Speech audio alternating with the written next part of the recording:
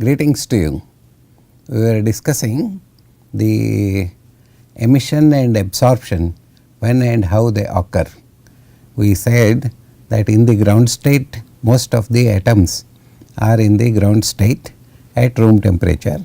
Only when we introduce the sample in a flame or something like that, the temperature will rise and most of the electrons will get excited to higher energy state. So, when they come down from the excited state to the ground state, emission occurs, but when they go to higher energy level, absorption of radiation occurs. So, we said for absorption to occur, the maximum number of atoms should be in the ground state. For emission to occur, maximum number of atoms must be in the excited state. So, this we have tried to quantify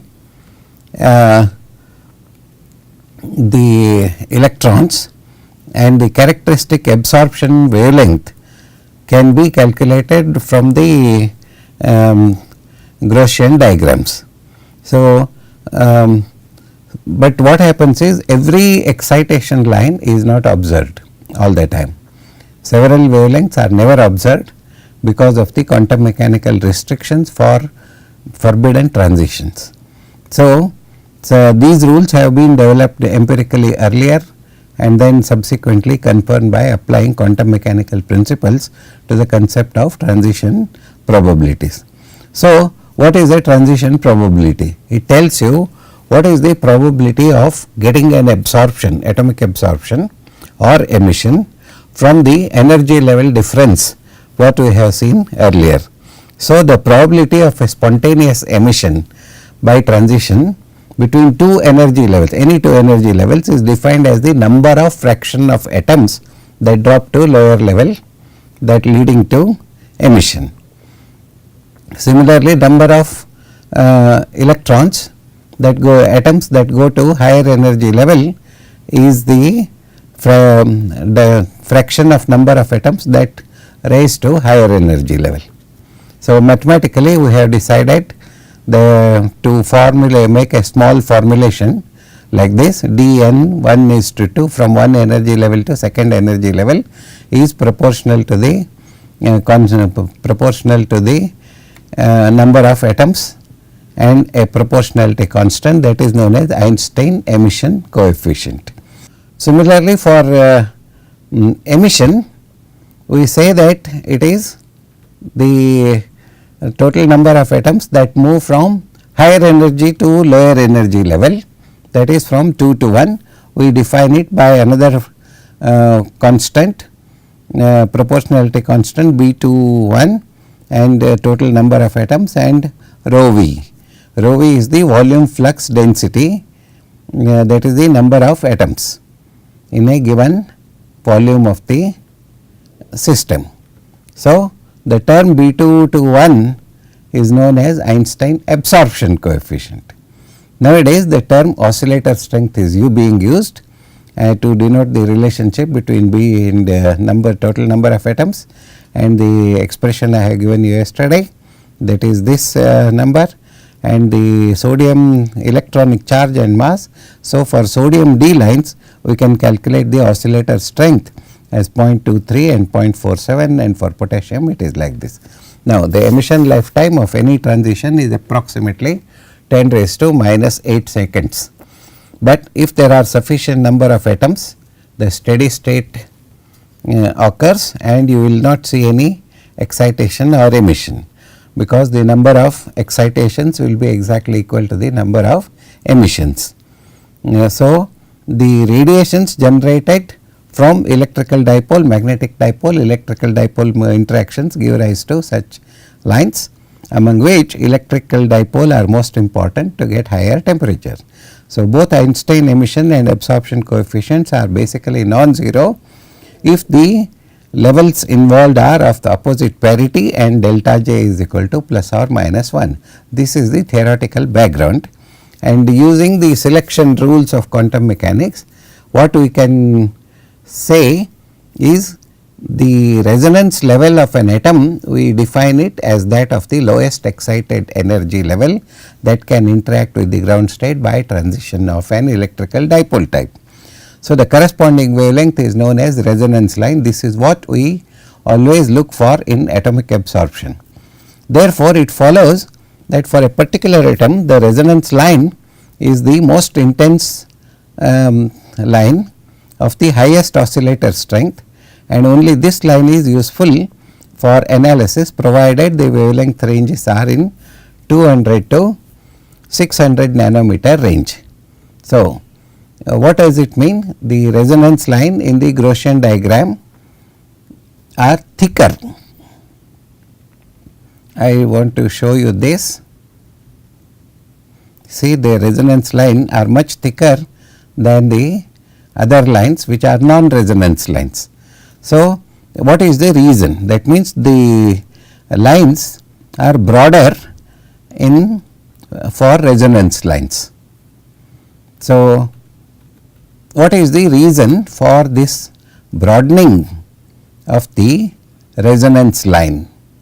So, actually a broadening of a resonance line decreases the purity of the spectrum.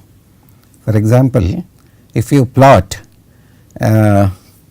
wavelength versus intensity, the particular frequency should be a single line, but here you see the width, particular width, and in practice what actually it means is it is impossible to get a truly monochromatic line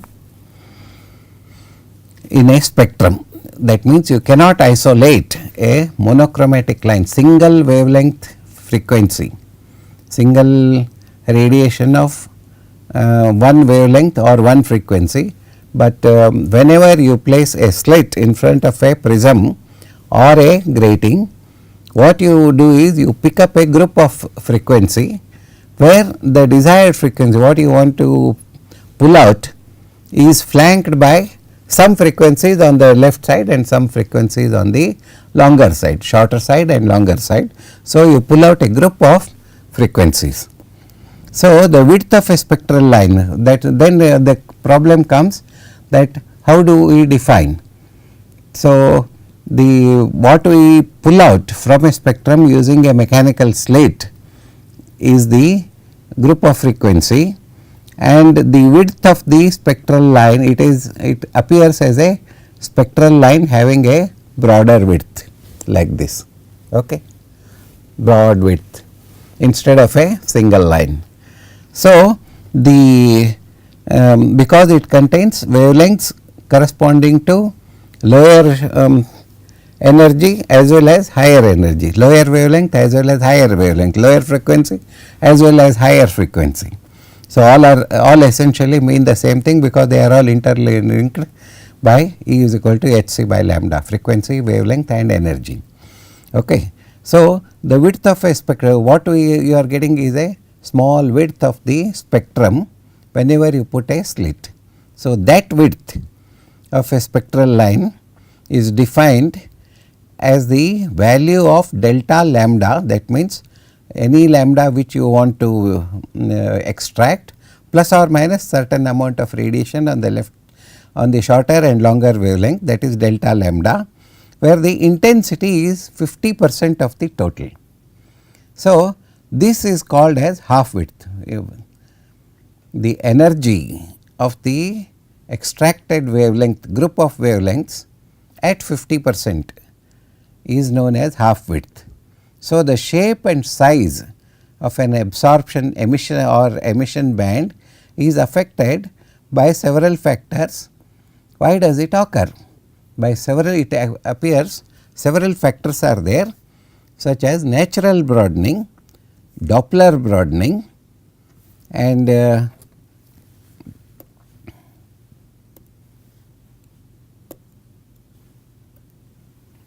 Doppler broadening, pressure broadening, electrical or magnetic field broadening, etc. It is not just a mechanical operation, but also something related to the electron behavior in an excited state.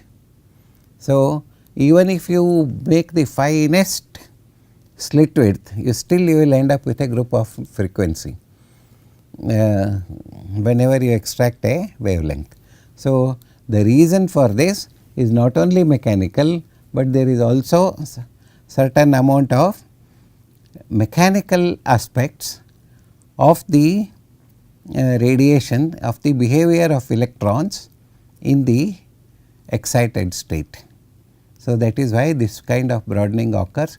You can never get away from that.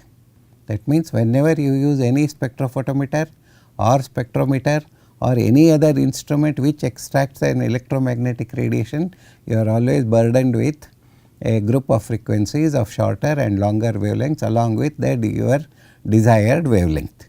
So, what we want to how it looks like is like this. Here I am plotting absorption coefficient, and here it is the delta lambda. Here you can see it is lambda 0. This is what I want to extract from a given radiation source using prism or a grating or filter, etc.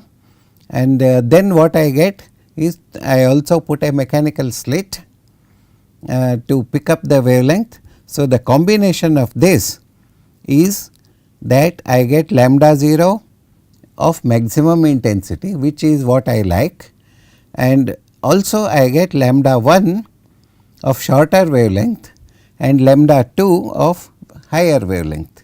So, if I choose a smaller slit width, the shape of the curve will remain same, but lambda 1 will move towards the right a little bit, lambda 2 will move towards the left a little bit. So, the curve will become sharper, but you will never get a single line. That you should understand very clearly, that the group of wavelengths what we extract from a given radiation is always a bundle of energy. Now, this bundle of energy is a resonance line, corresponding to resonance line will become broader, and 50% of this height I 0 to from on the x axis from here to here I 0, 50% of that is I 0 by 2, and if I plot if I draw a straight line here and straight line here, this is known as half bandwidth, half width.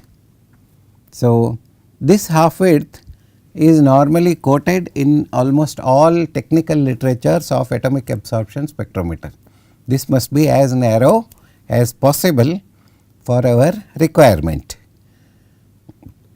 Now, I said that apart from mechanical slit about which you can do nothing to reduce the broadening, but also you should see that there are other reasons for broadening.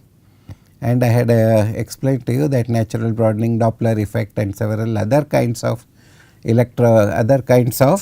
atomic absorption electron behavior at excited states causes broadening.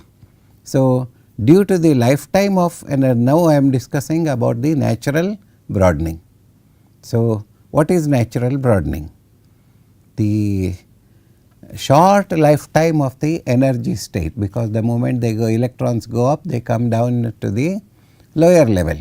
So, the lifetime of an excited state is of the order of about 10 raised to minus 8 to 10 raised to minus 9 seconds, that we have already covered. And due to this short lifetime, Heisenberg's uncertainty principle is applicable for all transitions. So, what is Heisenberg's uncertainty principle? If you want to know the position, you cannot determine the momentum, and if you want to know the momentum or where, then you cannot determine the position of the atom, so, or an electron for that matter. So, a small broadening, by the time you measure position, it has moved somewhere else. By the time you measure, if you want to measure the speed, it would have moved a little bit, by its position would have moved. So, the uncertainty is given by h by pi. So, the small broadening effect of the order of a few millionth of a nanometer. Please remember, we are talking of the wavelength of the selected radiation, and this natural broadening increases the width of the chosen wavelength by a few millionth of a nanometer. Okay. So, if you want to choose 250 nanometer wavelength, natural broadening makes it 250 plus or minus 0.00001, 251 1 nanometer. So, sometimes it increases. So, in maximum how much it can increase? It can increase up to 10 raised to minus 4, that is 0.0001 nanometer at 1 micrometer. The micrometer range is in infrared, but for atomic absorption we are talking of the UV and visible range. So, in the UV visible range it is about a few millionth of a nanometer. This natural width is influenced further by a variety of factors. That means, some other factors tend to increase this width of few millionth of nanometer. Chief among them are disordered thermal motions of the atoms and various types of collisions of atoms. Now, what we are discussing right now is, to make absorption and emission occur, I have to measure the energy resonance line. I have to choose that resonance line frequency from a given electromagnetic radiation, but you are not able to choose the radiation exactly. Now, there are reasons, mechanical reasons, slits, and this is the natural broadening. So, the natural broadening is again increased by disordered thermal. We said it is a few millionth of a nanometer. Now, it is going to become bigger due to disordered thermal motion of the atoms and various types of collisions of the atoms. Now, this is the Doppler broadening effect. I think all of you are familiar with this kind of figure in your physics class. What it means is, if there is a disturbance or a sound, especially Doppler broadening is very well known towards in the sound physics of the sounds. So, if there is a source and sound you are moving towards the source, then the sound will appear. Sound is moving towards you, the sound will appear very strong. So, if the sound is moving away, then the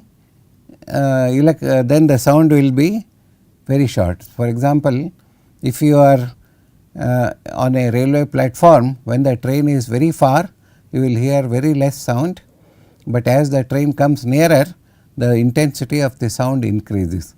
So, it has something to do with the distance between the observer and the moving target.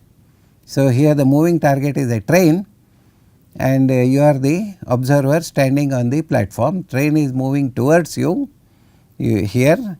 So, the sound is becoming bigger.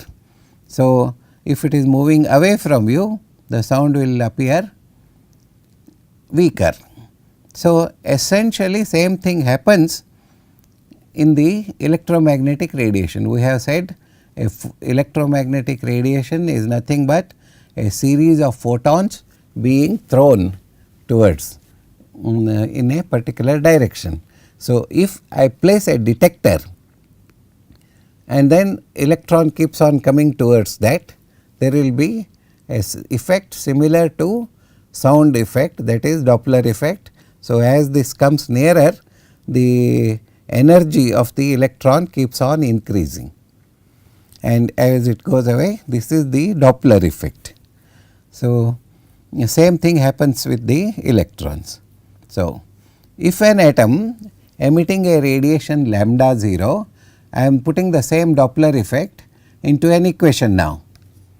So, what happens if an atom emitting a radiation lambda 0 moves with a velocity v relative to the observer, the observed wavelength lambda is given by lambda is equal to lambda 0, that is the actual wavelength, plus you will also here get the radiation corresponding to wavelength from lambda 0 into mu divided by c, and c is the velocity of the light in the vacuum. Further, if the atoms are in thermal equilibrium at temperature T, their velocities will have a Maxwellian distribution. Now, the Doppler effect I have already explained to you that the width of the spectral line keeps on increasing, and it is also due to natural broadening as well as Doppler broadening. Doppler broadening we have given an equation now just now, and you also have to assume that the electrons are not stationary, right. So, that is the structure of the atoms, and at higher temperature, that means they are moving in a particular space. When I increase the temperature, electrons will still be moving, but at a higher velocity. So, what we are saying is if the atoms are in thermal equilibrium at temperature room temperature, there is a particular velocity with which the electrons will be moving. So, if I increase the temperature to 100 degrees, 500 degrees, 1000 degrees, what happens? The same electrons will be moving more and more faster. So, their velocities will have, if you plot velocity of the electrons versus temperature, you will get a curve, a Maxwellian curve. So, Maxwellian curve is something like this only, like this. It starts increasing and then it falls down. Okay. So, that is the Maxwellian distribution, and the monochromatic absorption coefficient, the absorption coefficient K is as a function of the lambda. Now, we want to expand. How does it look? It is K lambda is equal to K 0 into exponential of the actual observed lambda minus lambda 0 divided by distance, difference between the two wavelengths, that is lambda d, multiplied by 2 log 2 raised to 1 by 2 whole square. So, this is the expression derived for the Maxwellian distribution of the electrons, and delta lambda d is the Doppler half width related to temperature, because we are trying to include that also, and the atomic mass. For every element atomic mass will be different, and if I want to include the atomic mass and temperature, then lambda d, this lambda d will change if I put the value of temperature. So, that is 7.16 into 10 raised to 7 lambda 0 into temperature, and then atomic mass raised to half. So, this line is thus shown to have a Gaussian profile. That means, at extreme left the curve touches 0, and extreme right again it touches 0, in between it reaches a maximum. So, it is possible to calculate the delta lambda d values at different temperatures like 2000 Kelvin, 2500 Kelvin and 3000 Kelvin, etc. And the line widths of these temperatures are of the order of 30 to 50 micro angstroms. Okay. Now, that is with respect to the wavelength with respect to the movement of the atoms, natural movement, that is natural broadening, then Doppler broadening we have discussed, and then with respect to the temperature again we have added a small correction. So, that also leads to the broadening of the resonance line. Now, there is another kind of broadening that is known as pressure broadening. So, what happens, if there is a solid, you apply pressure, nothing much happens. If there is a liquid, you apply pressure, nothing much happens. But if a substance is in the gaseous form and you apply pressure, there will be compression and the available space for the electrons to move around becomes less, right. So, if there is a vacuum, there will be more space, pressure becomes less, and then electrons are free to move in a larger area, relatively larger area. So, the atoms in the vapor state are in a perpetual state of motion, that is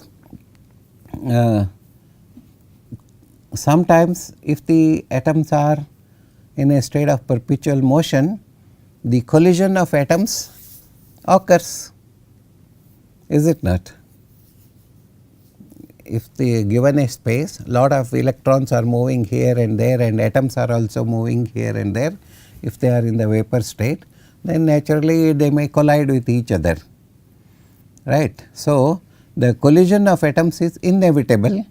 So, what happens? It causes the radiation quanta of the slightly different frequencies to be absorbed or emitted, because we have said the radiation is always a group of radiation corresponding to lower and higher energy. Now, atoms are colliding with each other in a vapor state. So, in the vapor state, the absorption of energy is also associated with the additional frequencies that we are choosing the radiation. So, several types of particles may be involved in the collisions. This is important now. Now, why there are several types of particles? Now, you can imagine interaction of electrically charged particles causes line broadening known as Stark effect. Now, you can imagine when an electron is in the, when an atom is in the vapor state, lot of atoms are there and then neutrons are there, protons are there and then electrons are there. So, the interaction of electrically charged electrons, atoms is particles, it causes line broadening. Now, I am going to say charged particles are one class, they make the line broadening more, that is known as Stark effect. Now, are there only charged atoms in the excited state? Answer is no, there are uncharged atoms also. So, collisions with uncharged atoms here in the slide, collisions with uncharged atoms lead to van der Waals effect. Why? Because many of the atoms uncharged, they still collide with each other and then that leads to van der Waals effect, and that also again leads to some sort of broadening of the radiation. So, collisions between atoms of the same type leading to a resonance effect, this is known as Holtzmark effect.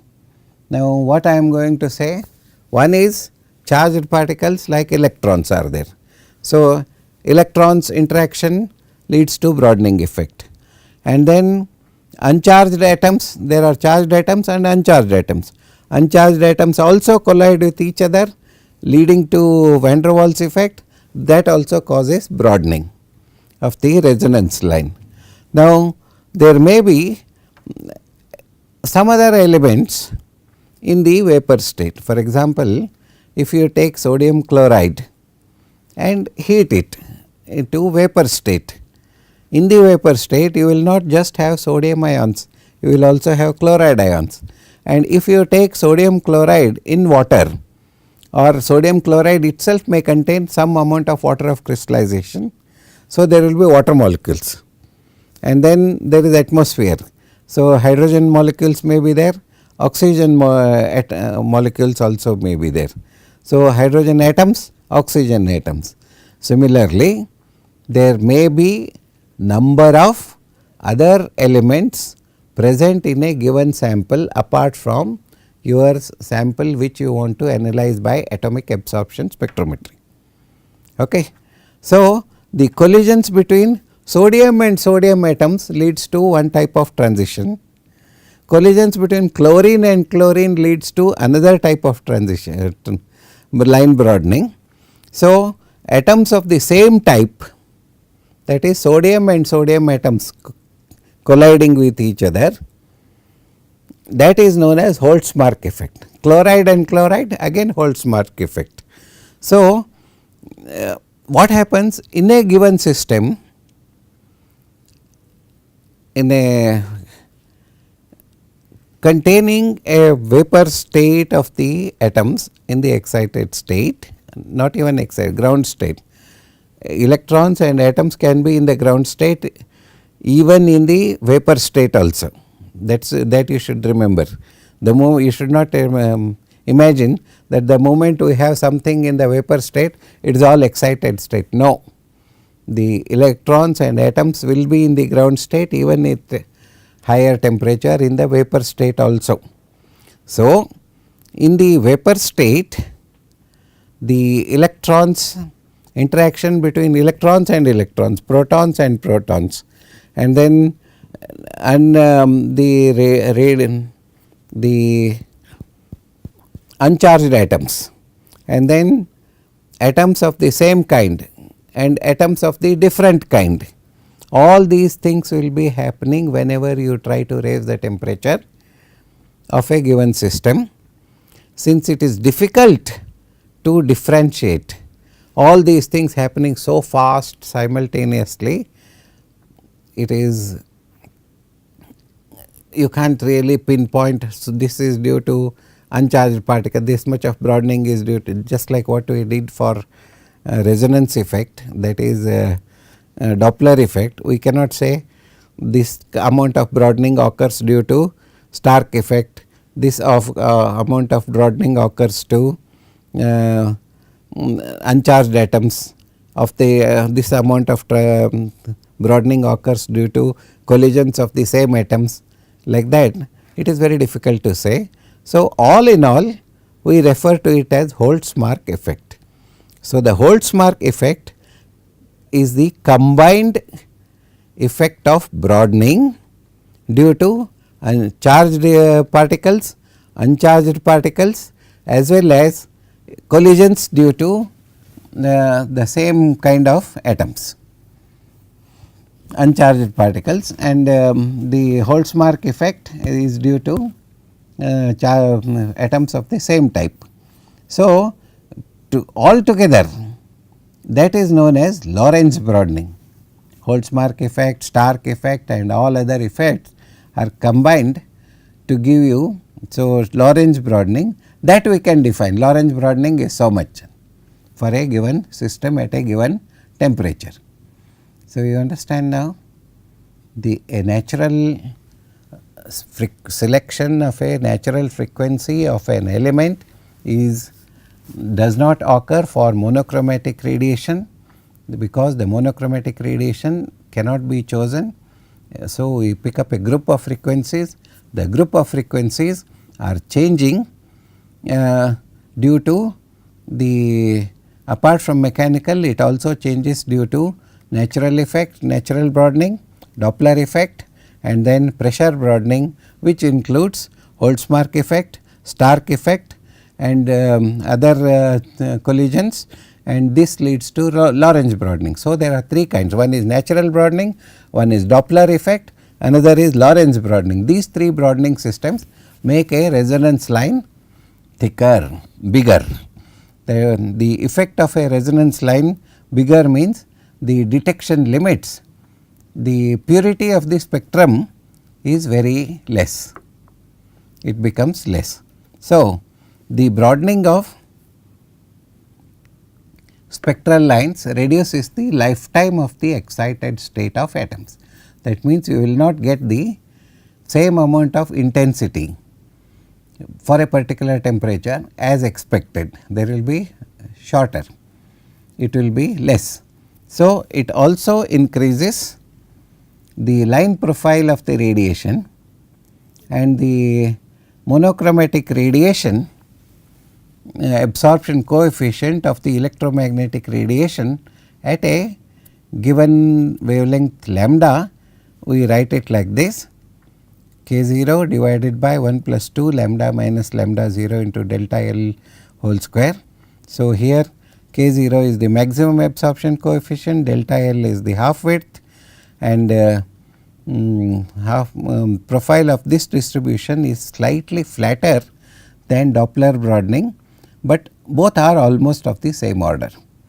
The half width delta L is thus a fraction of the frequency of collision, which in turn is a function of the temperature and the effective cross section, that is defined by delta lambda is equal to atomic number Z lambda 0 whole square pi and c. All these things are combined into giving you this delta lambda.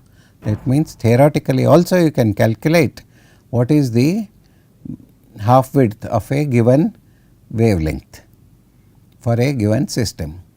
So, it may be noted that both Doppler and Lorentz broadening occur simultaneously, that is the catch.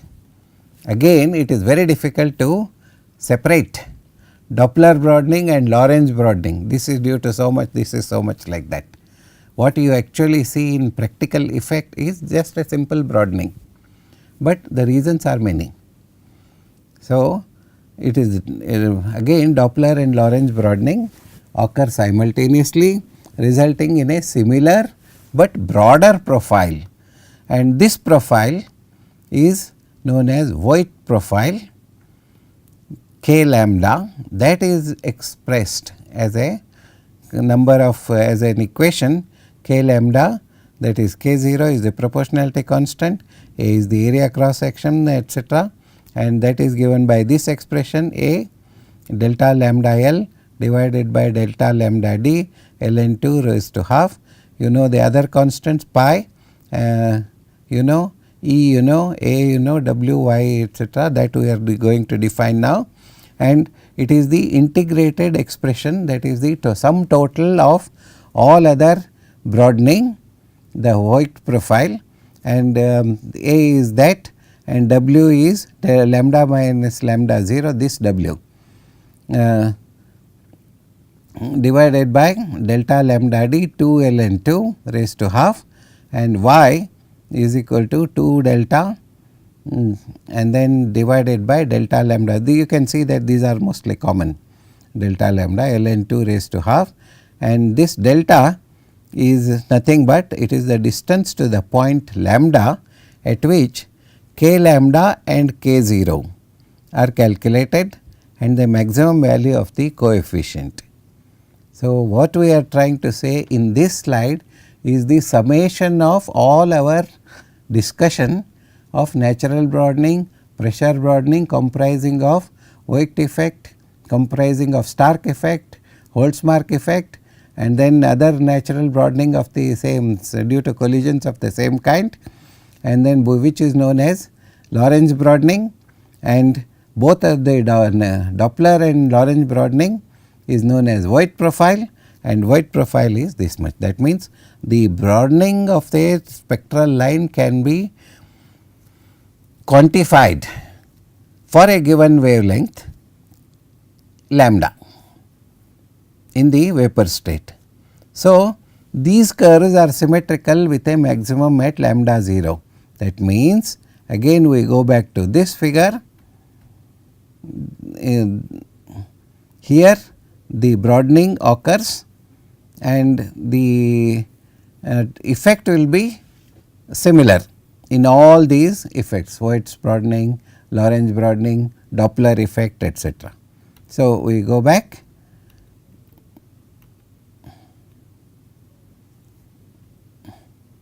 The curves are symmetrical, that means on the at lambda 0 on shorter wavelength as well as longer wavelength, the curves are symmetrical. So, apart from Doppler and Lorentz broadening, I also should tell you that there is hyperfine structure in a given spectrum. So, the hyperfine structure is exhibited by several resonance lines due to nuclear spin. So far we have discussed only about the electronic spin. Now, why not nuclear structure? So, the hyperfine structure is nothing but line broadening due to several resonance lines due to nucleus spin also.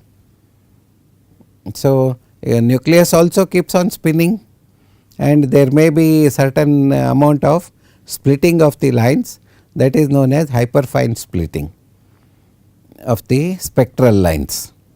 Okay.